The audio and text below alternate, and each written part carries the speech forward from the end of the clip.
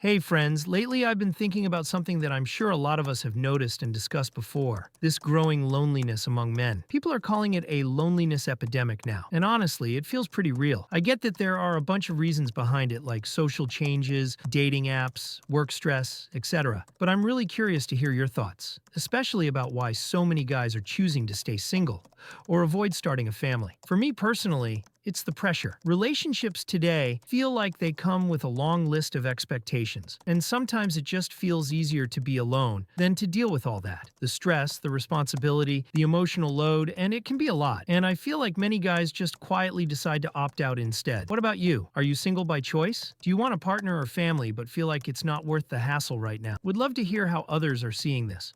Starting a family? I can barely afford to pay rent, and I'm expected to start a family. The economy is only going to get worse, so unless I want to bring a child into this world that I won't have the time or money to be able to take care of properly and will inhabit in an even more strenuous environment when they are grown up, that's not happening. I'm in my 40s, and I can't afford a house, let alone support a family. So I'm just working my ass off in the hope that changes. I also doubt it will. Most guys I know don't choose to be alone. They were never given the choice to not be. The chances of being the third man she's going out on dates with this weekday are too damn high. Chances of her having a sneaky leak, FWB, situationship, FB while she's going out on dates with you are also too damn high. Even in relationships, the likelihood of her cheating is too damn high. Simply put, the reward is no longer worth the risk. So we prefer to be single. The relationships I've had left permanent scars that I'll never be able to recover from. Tired of being lied to, manipulated, and guilted into things I don't have any desire or interest in being a part of. I'm sure there are good women out there that don't pretend to be someone they aren't, but I have yet to come across one, and frankly, I'm done looking. Last woman I let into my life gave me herpes, and for me, that was the final straw. I'll never allow myself to be in a vulnerable position that would enable a woman to hurt me ever again. Simply put, I don't think it's worth the pain modern women cause. I'm good by myself, doing what I want when I want. Most importantly is economic challenges, and second is hypergamy. For the first time in recorded history, the dating market is much better for women than man. Women have always been more selective than men, and with the added economic challenges, the bar for the average man is much higher. Most women, regardless of looks, can get on a dating app and receive likes and matches. They can browse the 20 guys and go with who they like most. A lot of guys don't get picked. Men see this and get demotivated. I think as a man, if you stop pursuing women, you will be alone. But if you are a woman and stop pursuing men, men will still want to be with you. On top of all that, people can't hardly afford to take care of themselves. How am I supposed to be a provider or start a family? The majority of the women my age have at least one child.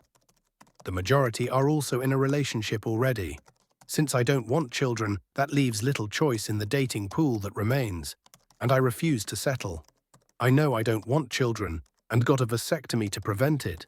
And I know I want to find my partner attractive because I tried being in a relationship without it, and it just doesn't work. Basically, I missed my window to not be single, and now don't want to settle. Just date older with no kids. Date younger. 25 to 29-year-old women would kill for a man who's established in his 30s. Trust me when I say this, you can knock out all the younger man by being confident and sure of yourself and your career. Life ECT, younger women want to be guided a little. Through life, your age is perfect for them. Basically snowballed from being bullied and alienated when younger.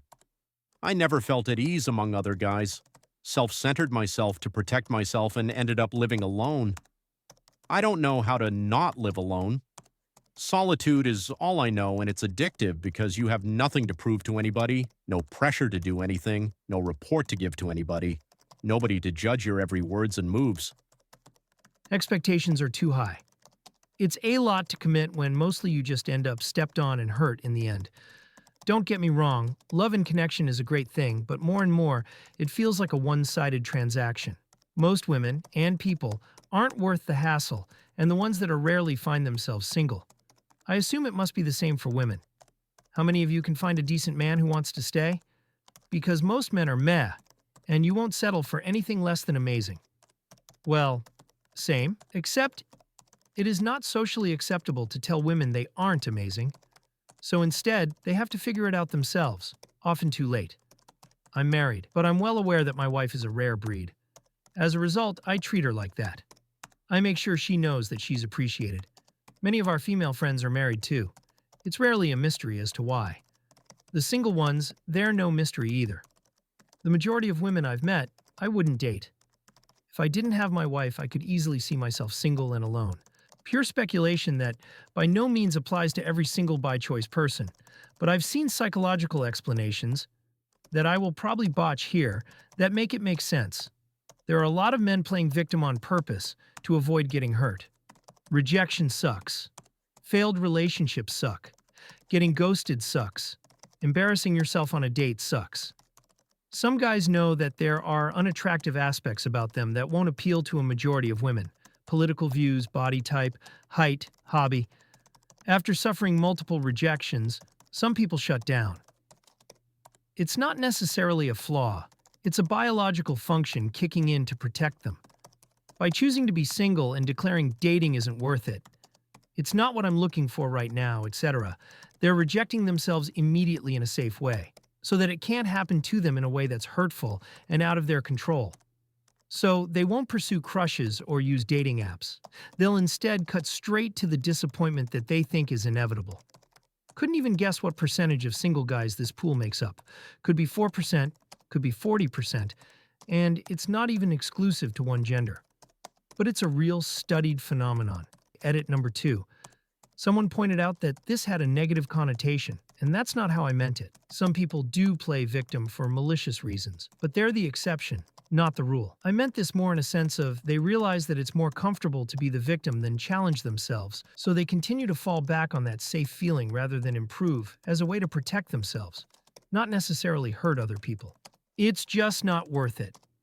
Good partner relationship is damn difficult to find and build.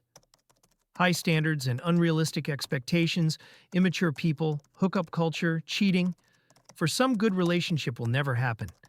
And bad partner and relationship is net negative in life. It's an energy drain. It can be the most negative thing in one's life, and in worst case, the exit would be very messy and difficult. Just not worth it, man.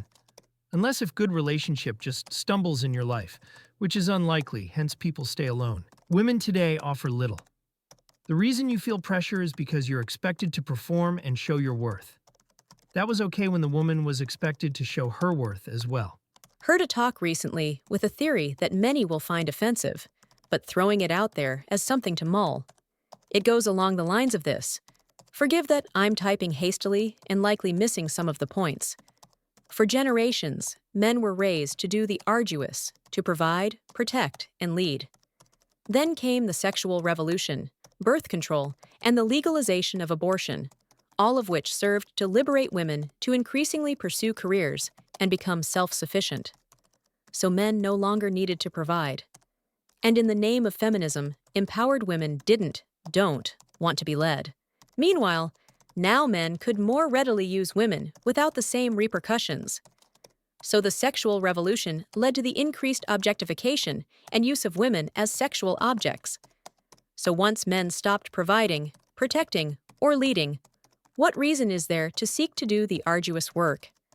Men became self-indulgent and feminized, and women increasingly had to step up to fill in the gap.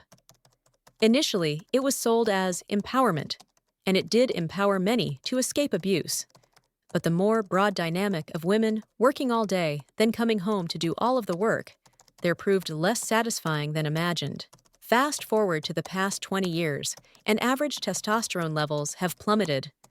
Boys reach adulthood, and rather than seeking to do the arduous, they try to figure out how to avoid it. They seek out pleasure and leisure. Women make themselves available to be used, then lament being used. They continue to carry the laboring oar in their families, and often in the workplace, while being held back professionally and financially by familial responsibilities and glass ceiling. Exhausted by this dynamic, they start demanding more. And here we are. Generation Beta is horrified by the idea that real love is sacrificial.